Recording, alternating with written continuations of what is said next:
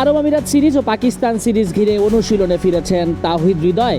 জাতীয় দলের ক্যাম্পে এদিন মাঝ উইকেটে ব্যাট করছিলেন হৃদয়। গ্রানাইট স্ল্যাবের উপর বোলিং মেশিন দিয়ে বল করা হচ্ছিল। হৃদয় ভালোভাবেই ব্যাটে বলে কানেক্ট করতে পারছিলেন।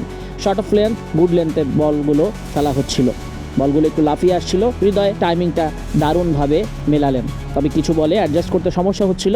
প্র্যাকটিসটা এমন একটা বিষয় যেখানে ধার বাড়িয়েই ম্যাচে ভালো আউটকাম পাওয়া যায়। তাহিদ হৃদয় অভিষেকের পর থেকেই ভালো করছেন। বাংলাদেশ দলের ব্যাটিং প্রাণ হয়ে উঠেছেন, তবে ধারাবাহিকতার অভাব আছে। বড় ম্যাচে বড় ইনিংস খেলতে হয়, তবে হৃদয় বড় ইনিংস খেলতে গিয়ে মাঝে মধ্যেই ভালোভাবে শেষ করে আসতে পারেন না। এ নিয়ে অনেকবার গণমাধ্যমে আক্ষেপ করেছেন হৃদয়। 2026 টি-20 বিশ্বকাপ ঘিরে নিজেকে তৈরি করছেন তাহিদ হৃদয়। বিশ্বকাপের আগে আছে এশিয়া কাপ টি-20, সব মিলিয়ে টি-20 ম্যাচের সংখ্যাও বাড়ছে। তাই হৃদয়ের ফোকাসে এখন 20 ওভারই ক্রিকেট। ঘরোয়া লিগে মোহামেডানের জার্সিতে তাকে নিয়ে যা হলো, তারপরে বিসিবির গুড বুক থেকে অনেকটাই বাদ পড়েছেন হৃদয়। তা না হলে ভাইস ক্যাপ্টেন্সির আলাপে তিনিও থাকতেন।